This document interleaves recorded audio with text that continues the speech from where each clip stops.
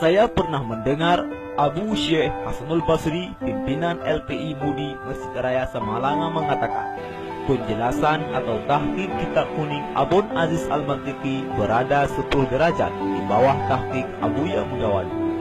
Abu Syekh Hasanul Basri mendengar perkataan ini dari Abun Jinib, ayahanda ayah Sob atau Tusuk.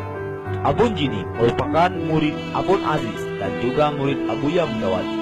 Berarti bisa kita pahami bahwa ilmu Abuya Mudawwali sangat tinggi sekali.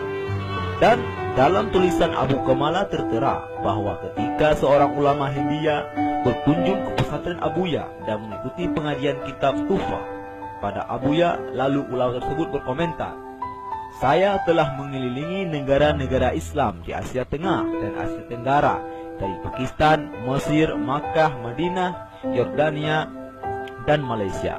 Namun belum pernah mendengar pembahasan kitab ini setinggi pembahasan yang saya peroleh di pesantren